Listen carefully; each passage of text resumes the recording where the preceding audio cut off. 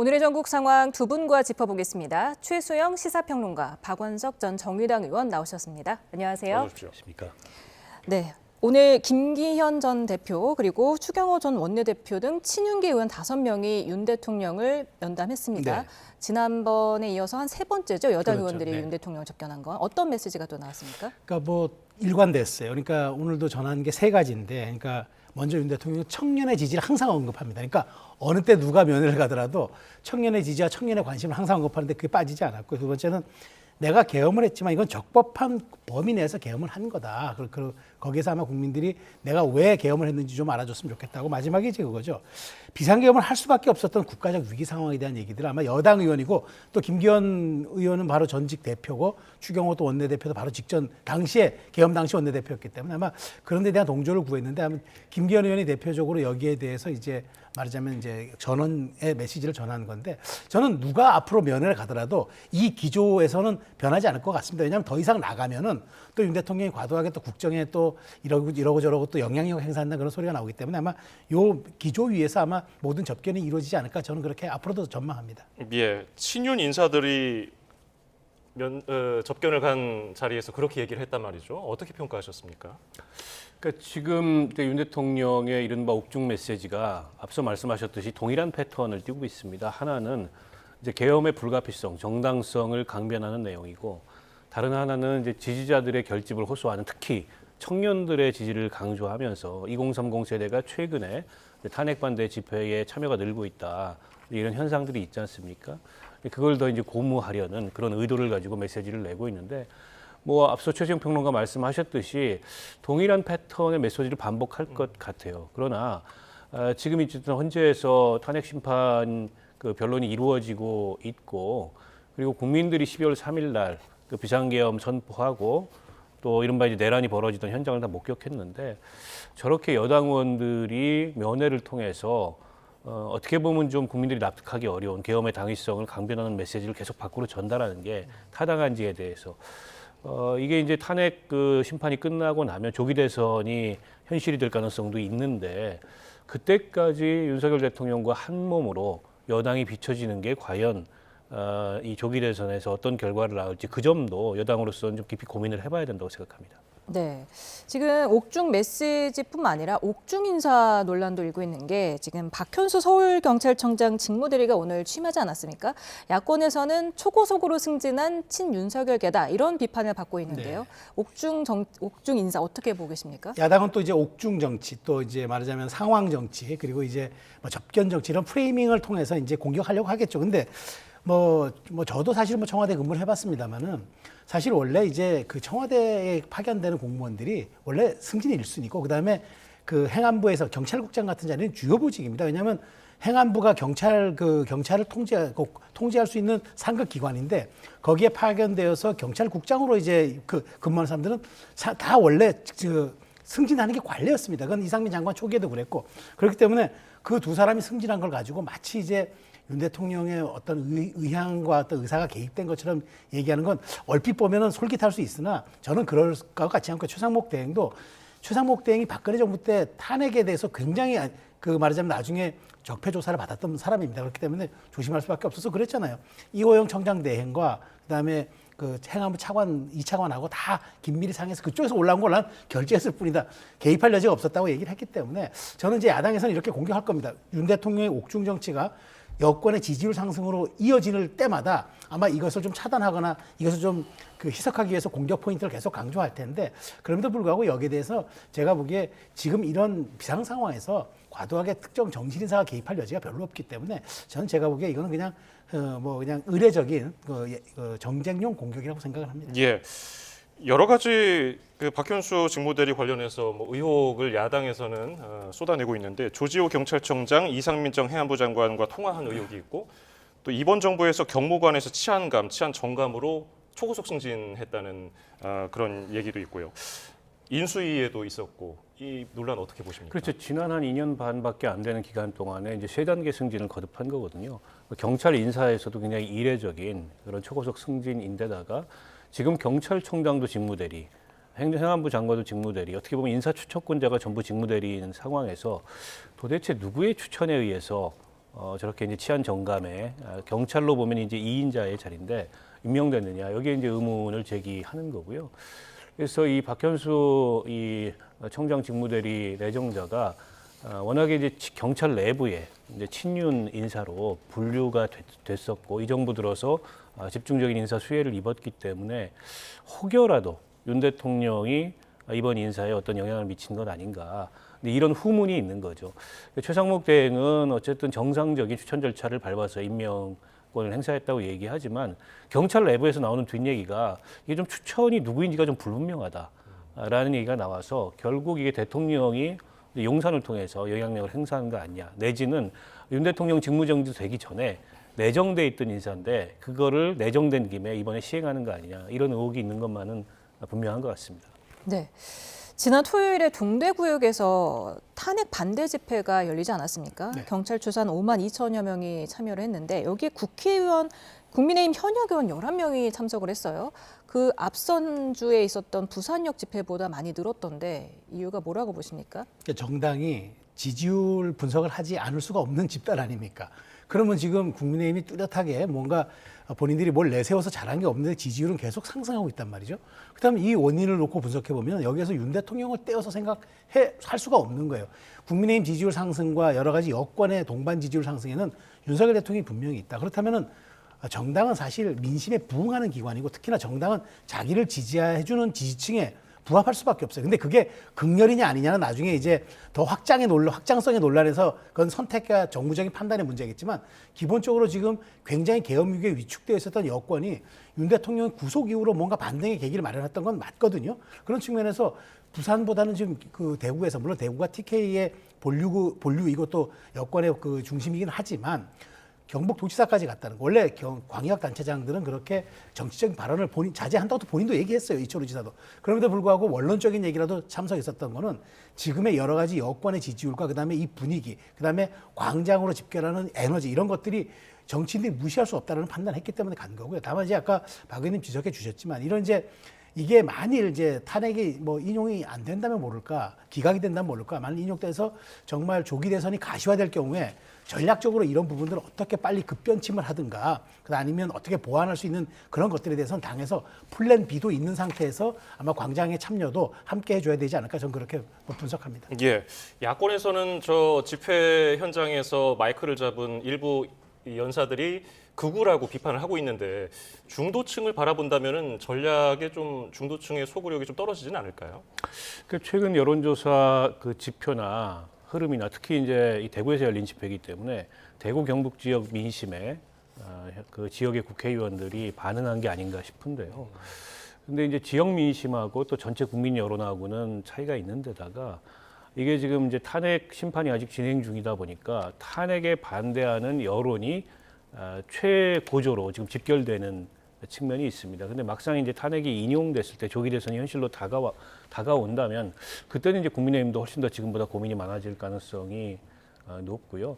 지금 저 집회를 주도한 측도 이를테면 이제 부산에 있는 한 대형교회 목사하고 또 전한길 씨처럼 유명한 이 공무원 시험 강사였던 분이 연사로 나서가지고 윤 대통령 탄핵에 반대하고 부정선거 음모론을 제기하는 이제 그런 주장을 펼쳤는데 저는 그런 분들은 어느 시대에나 늘 있었다고 봅니다. 그리고 이제 박근혜 전 대통령 탄핵 시에도 전광훈 목사로 대표되는 광화문의 그런 태극기 집회 같은 것들이 있어 왔거든요. 거기에 반응했던 정치인들도 있었는데 그때하고 이번에 이제 비상계엄 선포하고 내란을 일으킨 상황하고 많이 다를 뿐더러 전광훈 씨나 전한기 씨 같은 사람이 문제가 아니고 그런 어떻게 보면 좀 극우적인 주장에 끌려가고 있는 지금의 이제 집권 여당의 문제인 거죠. 일정하게는 윤 대통령하고 선을 좀 둬야 되는데 이렇게 윤 대통령하고 분리가 안 되고 계속 한 몸처럼 언제까지 갈 수 있을까? 그리고 그렇게 갔을 때 수권 능력을 가진 그런 보수 정당이 아닌 극우화된 정당이다 이런 이제 평가를 받을 수 있거든요. 그 점에 대해서 이제 국민의힘 내부에서도 여러 가지 고민들을 좀 해봐야 된다고 봅니다. 네, 내일은 또 오전 10시부터 탄핵 심판 7차 변론기일이 진행이 됩니다. 7차와 8차 변론의 쟁점은 뭐가 되겠습니까? 7차에서 가장 중요한 건 저는 어쨌든 이상민 전 행안부 장관 그리고 이제 신원식 안보실장이 중요할 것 같아요. 왜냐하면 이 두 분이 7차에서는 가장 중요한 게 이상민 전 장관 같은 경우에는 국무회의의 그 적법성, 그다음에 국무회의가 절차를 갖췄는지 여기에 대해서 이제 진술할 수 있는 그런 사람이고, 그다음에 또 하나 그 주요 언론사, 그러니까 주요 언론사가 아니죠. 일부 언론사에 대해서 왜 단전 단수를 지시했냐. 그건 소방청장의 얘기인데 이상민 전 장관은 여기에 대해서 노코멘트를 하고 있습니다. 그러니까 초기에 아주 초기에 국회에서는 발언했으나 그 이후에는 수사가 진행되고 재판이 진행되고 난 이후에는 일체 지금 증언 거부를 하고 있는데 과연 이상민 장관이 여기에 대해서 실체적 진실에 조금 가늠해 줄 수 있는 얘기를 해줄까? 지금 이게 관건인데 저는 그 가능성이 많지 않다고 봅니다. 그 일관된 기조를 유지할 것 같고, 왜냐하면 이분이 판사 출신이거든요. 그렇기 때문에 본인의 어떤 사법 절차의 진행과 그다음에 이런 헌재 심리라든가 이런 데서의 발언들이 얼마큼 또 그 말하자면 나중에 본인에게 어떤 사법적인 또 위험을 줄 수도 있는지도 알기 때문에 아마 그런 점을 고려할 것 같고요. 신원식 안보실장 같은 경우에 저도 중요할 수 있는 포인트이기 때문에 어떤 진술이 나올지 모르겠으나 기본적으로 이분이 국방장관을 역임했기 때문에 그러면 김용현 전 국방장관 직전의 국방장관이라 자 그러면 그럴 때 과연 계엄의 징후가 있었느냐와 함께 그러면 국가 안보 상황에서는 과연 이걸 또 계엄에 판단할 수 있는 그런 기준이 되겠냐. 이거 아마 집중 심리할 것 같고요. 저는 7차보다는 8차가 더 중요할 것 같아요. 여기서 그 조성현이죠. 조성현 수방사 1단장. 이분이 이제 결국 이진우 사령관의 진술가 과연 배치될 수 있는 얘기를 해주느냐. 이게 가장 관건이고 또 하나 지금 또 홍장원 전 차장에 대해서 조태용 원장만이 또 진실을 또 가려줄 수 있는 메모라든가 보고 여부에 대해서는 그런 측면에서 일단 7차, 8차가 분수령이긴 한데 핵심 직위는 역시 이상민 조성현 두 분이 아닌가 그렇게 생각이 됩니다. 예.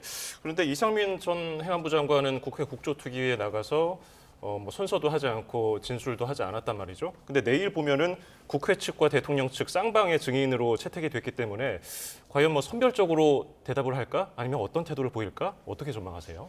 일단 국회의 국조특위에 나와서 그 보였던 태도를 유지하지 않을까 싶습니다. 본인도 지금 수사 대상이 돼 있기 때문에 이후에 형사 절차에서 불리하게 작용할 그런 답변을 하지 않을 가능성이 높고 누구보다 이제 재판 실무를 잘 아는 판사 출신의 장관이기 때문에 이제 그런 점에 대해서 지난번 국회에서도 그 염려했기 때문에 답변을 거부한 거였는데 아마 헌재에서도 선별적으로 답변을 할 가능성이 높아요.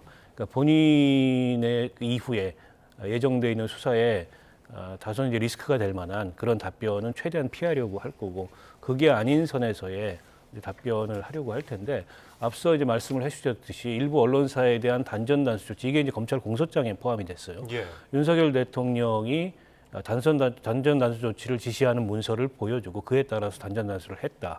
그리고 이제 소방청장한테 그걸 전달했고 이제 소방청장이 수사를 받으면서 이게 이제 수사기관에서 알게 된 사실인데 이상민 장관이 경찰 참고인 수사뿐만이 아니고 검찰의 참고인 조사도 받았거든요.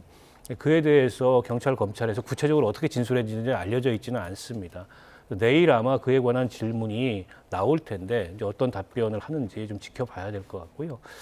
그리고 앞서 이제 조성현 그 수방사 단장 이건 이제 헌재가 직권으로 채택한 증인입니다. 예. 지난번에 이진우 수방사령관이 거의 모든 질문에 대해서 답변을 거부했는데 조성현 단장은 수사기관의 수사를 받는 과정에서 어쨌든 문을 부수고 들어가서 끌어내라라는 지시를 받았다는 걸 다 인정했다고 알려져 있어요. 내일 헌재에서 수방사령관하고 좀 배치되는 진술을 할 것인지 특히 헌재가 핵심 증인이라고 보고 직권 채택을 한 거기 때문에 조성현 단장의 진술이 굉장히 중요하지 않을까 싶습니다. 네, 지금 헌재가 이번 주 목요일 이후로는 아직까지는 추가로 변론기를 잡지 않았습니다. 그렇기 때문에 탄핵 심판이 막바지에 접어드는 거 아니냐 이런 분석도 나오는데 어떻게 보십니까? 한두 번 더 추가될까요? 저는 한두 번 가지고도 안 될 것 같아요. 왜냐하면 이 초기에는 이제 그 잘 진행되다가 이번에 5차, 6차에서 와서 주요 관련 종사자들의 증언들이 많이 엇갈렸거든요. 그리고 실제로 이제 헌재 재판관들의 질의에 내가 합리적이지 않은 부분도 있었다. 뭐 이렇게 시인하는 경우도 있었고, 그 다음에 답변하지 않겠다는 것도 많았기 때문에 자 그러면 도대체 그러면 이 지금 헌재 재판도 물론 징계 절차이긴 한데 이게 단심제란 말이에요. 한 번에 딱 끝나기 때문에 불가역적 상황을 초래하는 거기 때문에 이런 상황에서 과연 그러면 실제적 진실이 가려졌느냐, 대통령의 직위를 파면할 만큼 중대한 것들이 심리에서 확인됐느냐, 그렇지 않다는 게 지배적인 이야기지 않습니까? 재판이라는 것이 절차도 대단히 중요하지만 공정해 보이는 것도 굉장히 중요한데 과연 헌재가 이렇게 단심제를 하면서 이렇게 국민들 눈에 합리적으로 비칠 만큼 공정성을 유지했는가, 이 점에 대해서는 지금 많은 분들이 의문을 제기하고 있어서 더더군다나 탄핵에서 1순위였던 우리 한덕수 전 총리까지 지금 전혀 아직도 증언은 하지 않은 상태에서 과연 지금 종결하는 게 온당할까? 온당한 걸 떠나서 만일 이 사후적 공정성에 대해서 어떻게 담보할 수 있을까? 이런 우려가 있기 때문에 저는 왜 180일을 헌재 심리에 최종 기간으로 뒀겠습니까? 그러니까 다 채우라는 의미는 아니지만 최소한 누구나 승복할 수 있고 누구나 인정할 수 있는 충분한 결론을 낼 수 있게 이게 과정의 절차적 정당성을 보장하라는 그런 측면인 것 같은데 지금 뭐 얼마 지났습니까? 박근혜 전 대통령도 17차례 그러니까 심리한 다음에 판결했는데요. 그런 측면에서 저는 지금 헌재가 서두르고 있다는 인상을 줘서도 안 되지만 충분한 심리를 할 수 있도록 그게 3월이든 뭐든 이렇게 연연할 필요는 좀 없다고 생각합니다. 예, 여러 뭐 언론에서도 지금 종반에 치닫고 있다고 해석을 하고 있는데 의원님은 어떻게 보십니까? 그러니까 아직 변론 기일을 추가로 지정하지 않았는데 한두 차례 더 추가 지정의 가능성은 있다고 봅니다. 한덕수 총리를 포함해서 그 양측이 신청한 증인들 중에 좀 핵심적인 증인으로 분류될 만한 분들에 대한 신문이 아직 이루어지지 않아서 그에 대한 이제 추가 신문을 할 가능성이 높고요. 물론 양측이 신청한 모든 증인을 신문하는 건 아닙니다. 그리고 이게 형사재판하고는 달리 엄격한 형사법적 증거에 기초해서 판단을 내리는 게 아니고 이제 대통령의 저런 비상계엄 조치가 과연 이제 헌법에 비추어서 요건을 갖췄는지 또 절차를 갖췄는지 파면에 이를 만한 중대한 헌법 법률 위반이라고 볼 수 있는지에 대한 판단이 이루어지면 결정을 내릴 수 있는 거거든요. 그에 대해서 이제 헌법재판관들 사이에 이 평의를 계속하니까 그 평의 결과 결정을 내릴 만큼 이제 충분히 심증이 갖춰졌다라는 판단이 들 때 아마 결정을 내리게 될 텐데 저는 예상컨대 한두 차례 정도 더 신문이 이루어질 가능성이 있다고 보고요. 왜 그러냐면 이렇게 헌정체제의 공백이 장기화되는 것도 대내외적으로 정치적 불안정성을 증가시키는 거기 때문에 바람직하지는 않습니다. 그리고 일부에서 이제 헌재의 공정성에 대한 시비를 별로 그렇게 온당하지 않은 근거들로 계속 이 제기하고 있는데 그 상태가 장기화되는 것도 헌재로서는 바람직하지 않다고 판단을 할 거고요. 박근혜 전 대통령 그 탄핵 시에 17차례 변론 기일이 열렸지만 총 심사 기일은 91일이었거든요. 3월 14일이면은 90일이 됩니다. 그래서 아마 그 예상컨대 전례를 감안했을 때 박근혜 전 대통령 그 탄핵 심판에 걸렸던 기일 정도에 아마 그 결정이 이루어지지 않을까 싶고 그렇게 본다면 2월 말쯤에 변론을 마감하고 그리고 3월 중순쯤 결정하는 그런 일정이 현재로서 가장 유력하지 않을까 싶습니다. 네. 변론이 종결되면 한 며칠쯤 걸릴까요? 지금 노무현 전 대통령 때를 보니까 최종 변론 이후에 탄핵안이 기각될 때까지가 14일, 정확히 네. 2주가 걸렸고요. 네. 박근혜 전 대통령은 11일 만에 결론이 났습니다. 사실 심리가 끝났다는 거는 이제 최후 변론과 진술을 다 들었다는 얘기 아니겠습니까? 그러면 주요 증인도 다 그 얘기를 들었다는 건데 그렇다면 사실은 그게 클 이유는 없겠죠. 그래서 저는 그것이 아마 과거와 비슷하게 준용될 거라고 봅니다. 그러니까 길면 3주, 뭐 짧으면 2주 정도의 어간 그 사이에서 아마 진행될 텐데 중요한 건 그거죠. 그 평의를 거쳐서 판결을 내리는 거야. 그건 뭐 큰 문제가 없는 거지만 과연 그 과정까지 가는 단계에서 얼만큼 충실하게 심리를 했는가 주요 종사자들의 진술이 엇갈리는 것에 대해서는 최소한 어떤 점들이 확인되고 또 그것이 배치되는 측면들은 어떻게 또 보강을 했는지 아니면은 이것도 형사소송법을 준용하는 거기 때문에 자 그러면 최소한 검찰에서 넘어온 수사 기록에 대해서 그런 것들이 뭐 문제점은 없었는지 그리고 증인으로 나왔던 사람들의 진술이 정말 증거로 채택할 만큼 그게 확실하게 입증이 됐는지 이 모든 것을 살핀 다음에 한다면 그게 뭐 1주가 되든 2주가 되든 문제겠습니까만은 저는 자꾸 기일에 쫓기는 듯한 인상을 주면 지금 정치권에서도 논란이 되고 있잖아요. 뭔가 뭐 졸속 재판 혹은 이렇게 조급함 이런 것들에 대한 얘기들이 계속 나온다 그러면은 헌재 입장에서는 뭐 심리 마지막 결과야 그 얼마 걸리더라도 일단 과정에서의 절차적 정당성을 확보하는 거 이것에 더 신경을 써야 될 것으로 저는 봅니다. 예. 그리고 윤 대통령 측이 앞서서 그 서울중앙지법에 구속 취소 청구를 하지 않았습니까? 예. 오늘 내일 중에 결과가 나오나 했더니 서울중앙지법이 오는 20일 그러니까 다음 주 목요일이군요. 구속 취소 청구 사건 신문 기일을 연다는 얘기를 밝혔습니다. 이건 어떻게 봐야 보통 할까요? 구속 취소 청구가 되면은 일주일 내에 심리를 하도록 돼 있는데 그게 강제 사항은 아닙니다. 재판부의 재량에 해당하는 사항이고요. 예. 그러니까 20일 날 변론 준비 절차를 시작하는 날입니다. 그래서 변론 준비 절차를 시작하면서 윤 대통령 측에서 이 청구한 구속 취소에 관한 심사를 하려고 아마 재판부에서 그렇게 예정을 한 것 같고요. 통상은 보석 신청을 하거나 뭐 혹은 구속적 부심을 신청하거나 이런 경우들이 많은데 구속 취소 청구는 절차가 있긴 하지만 그렇게 이제 흔히 이 제기되는 그런 절차는 아닌데 조금 이제 이례적이죠. 예. 물론 이제 재판부가 판단하겠습니다만 이 구속 그 취소 청구는 구속을 없었던 일로 만드는 거거든요. 그 보석 같은 경우에는 이런저런 조건을 달아가지고 일시적으로 석방하는 건데 아예 구속이 잘못됐다. 그 구속을 취소하는 거여서 재판부가 받아들일 가능성이 그렇게 높지는 않을 것 같습니다. 네, 이런 상황에서 김용현 전 국방장관의 변호인이 네. 이진우 여인영 전 사령관에 대한 접견을 신청을 변호인이 되려는 자의 자격으로 수감 중인 자들의 접견을 신청을 했고 이 둘이 그를 만난 뒤에 헌재에 출석을 했는데 네.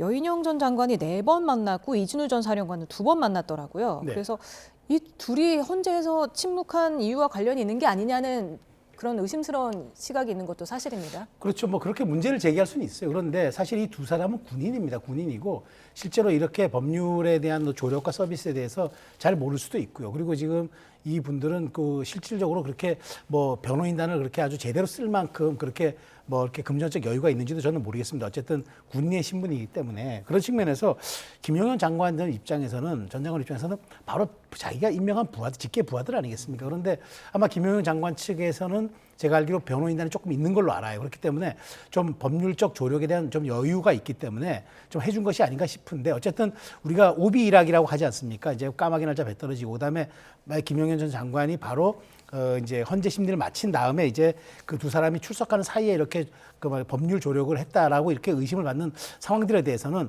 사실은 뭐 이건 헌재 재판관들도 조금 색안경을 끼고 볼 수도 있는 사안이기 때문에 굳이 꼭 그래야 했을까라는 생각이 들지만 만일 여기에 대해서 법률적 조력이 조금 불충분하다 판단해서 우리가 측면 지원하겠다라고 했던 순수한 동기라면 상관이 없겠습니다만은 이러한 과정까지도 굉장히 헌법재판관들은 좀 냉정하게 볼 수 있을 것 같아서 이거는 법률적 어떤 그 전략적 판단에서도 조금 한번 고민해보고 해야 될 지점이 아니었나 그런 생각이 듭니다. 같은 군인인 곽종근 전 사령관은 접견을 거부했던데요. 어떻게 보셨습니까? 근데 이제 곽종근 전 사령관은 수사기관이고 국회고 헌재에서의 진술 태도가 다르지 않습니까? 그래서 김용현 그 전 장관 측에서 굳이 곽종근 사령관한테 어떤 진술을 요구하거나 진술 짜맞추기를 하거나 그게 불가능하다는 거를 알기 때문에 그에 대해서 변호사가 굳이 접견을 하려고 하지 않은 것 같고요. 어쨌든 변호인이 되려고 하는 자라는 명분으로 접견을 했습니다만 사실 법률적인 조력보다도 어쨌든 이진우 전 사령관이나 또 여인영 전 사령관의 진술에 영향을 미치려고 했던 거 아니냐라는 강력한 의심이 들고요.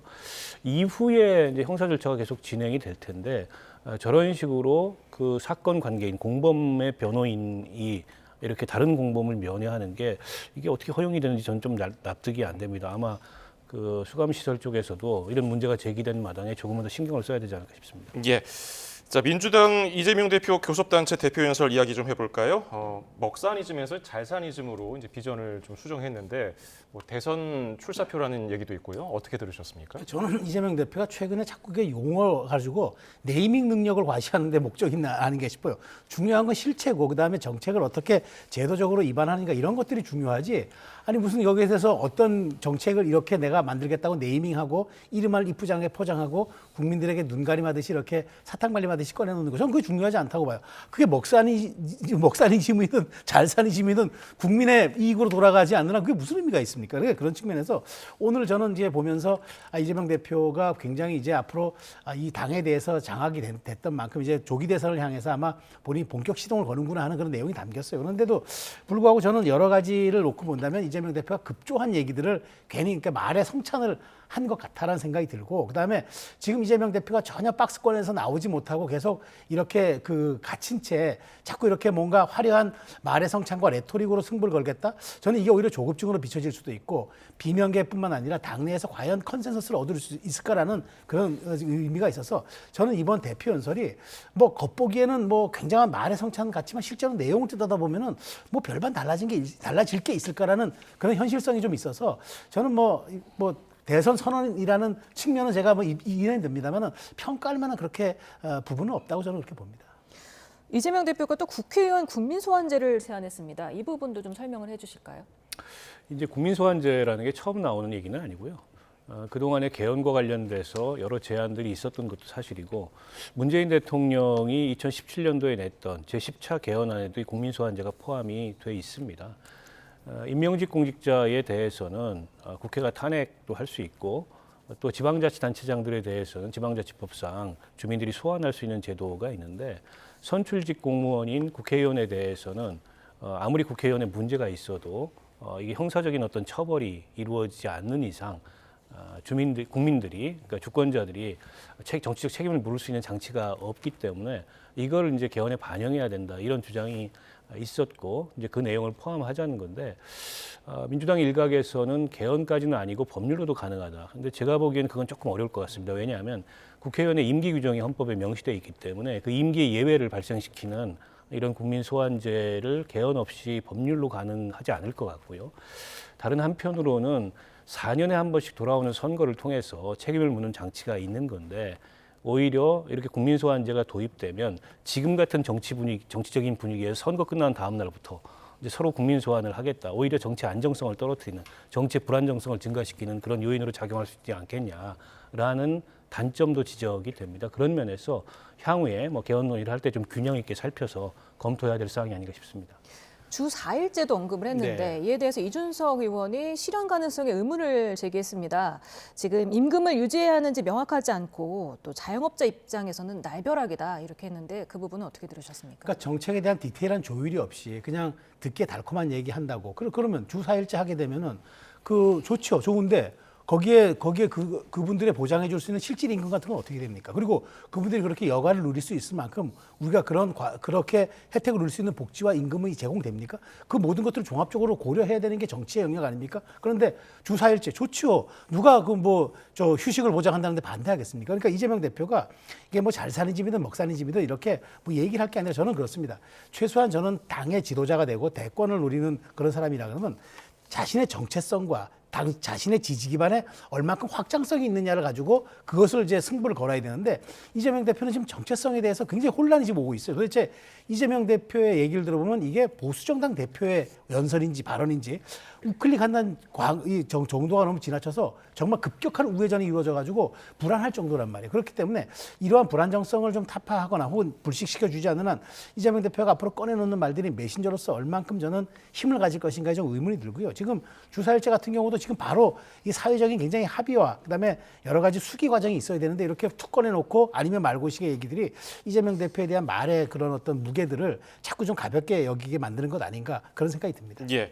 문재인 전 대통령 언론사 인터뷰가 오늘 내내 화제였는데요. 여기서 가장 눈에 띈 부분은 재임 시절에 당시 윤석열 검사를 검찰총장으로 발탁한 것을 후회했다는 점입니다. 이 인터뷰한 배경은 어디에 있다고 보십니까?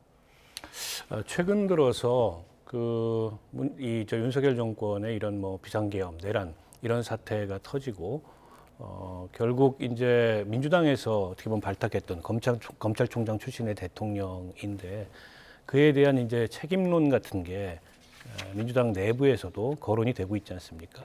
지난 대선 패배에 책임이 누구에게 있는가를 가지고서 당내 계파에 따라 다른 시각들을 보여주고 있는데 문 대통령이 한 번쯤은 그 문제에 대해서 당내 이러저러한 견해에 대해서 책임 있는 얘기를 좀 해야 되겠다 이런 생각을 하셨던 것 같아요.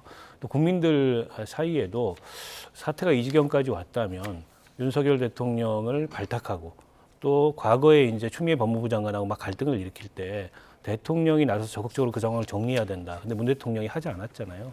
근데 그런 상황 등등에 대해서 좀 책임 있는 얘기가 필요한 거 아니냐. 이런 의견이 있는데 그에 이제 반응하고 화답을 한 거라고 보고요. 오늘 그 말씀과 더불어서 검찰총장 발탁을 후회한다는 그 말씀과 더불어서 지난 대선 패배의 책임, 가장 큰 책임이 나한테 있다. 이 얘기도 했거든요.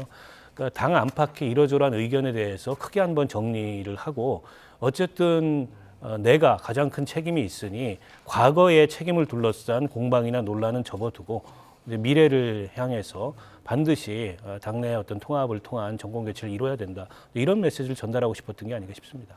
네, 오늘 나온 리얼미터 여론조사 짧게 짚어보겠습니다. 오차 범위 내긴 한데 정권 교체를 찬성하는 의견이 49.2%, 정권 연장이 45.2%였습니다. 어떻게 보셨습니까? 확연히 추세는 지금 국민의힘 지지율, 그다음에 보수층의 강관 결집세가 있는 것 같습니다. 그런데 중요한 건 양쪽 다 아마 조기 대선을 염두에 두고 지지층들이 최대 결집하는 그런 양상 같은데요. 만일 이제 이게 지금 중도가 조금씩 빠지고 있긴 합니다만 그럼에도 불구하고 아직은 중도가 그 캐스팅 보트를 쥐고 있기 때문에 이재명 대표, 그러니까 야권 입장에서는 여기에 대해서 얼만큼 자신들의 더 동원력과 확장성을 입증해야 되는 과제가 있고, 그다음에 국민의 입장에서는 윤 대통령과 분리하지 않고도 갈 수 있는 지지율을 우리가 얼만큼 강고히 가져갈 수 있느냐라는 전략을 세우는 그 시점에 와 있다. 지금 그 지지율에 붙은 상황들이 저는 지금 그 분기점을 보여주고 있다고 생각합니다. 정당 지지율도 볼까요?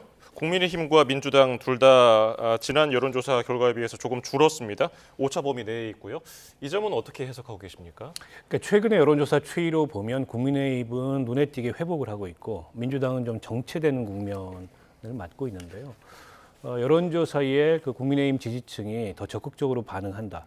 그래서 일부에서는 뭐 과표집 이런 얘기까지 나옵니다만 아무래도 이제 위기의식이 크다 보니까 여론조사에 적극적으로 반영한 건 맞는 것 같고요.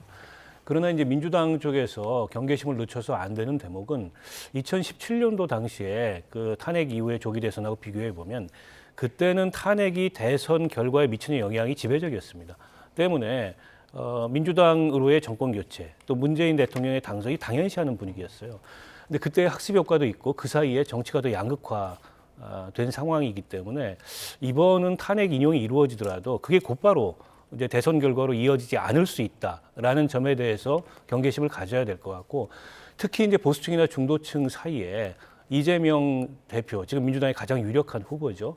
이재명 대표에 대한 반감이랄까요? 이게 굉장히 높기 때문에 그걸 이제 얼마나 불식시킬 수 있는지가 이후에 조기 대선에 있어서도 가장 큰 변수가 되지 않을까 싶습니다. 네, 오늘 여기까지 듣겠습니다. 최수영 시사평론가, 박원석 전 정의당 의원 두 분과 말씀 나눴습니다. 감사합니다. 고맙습니다.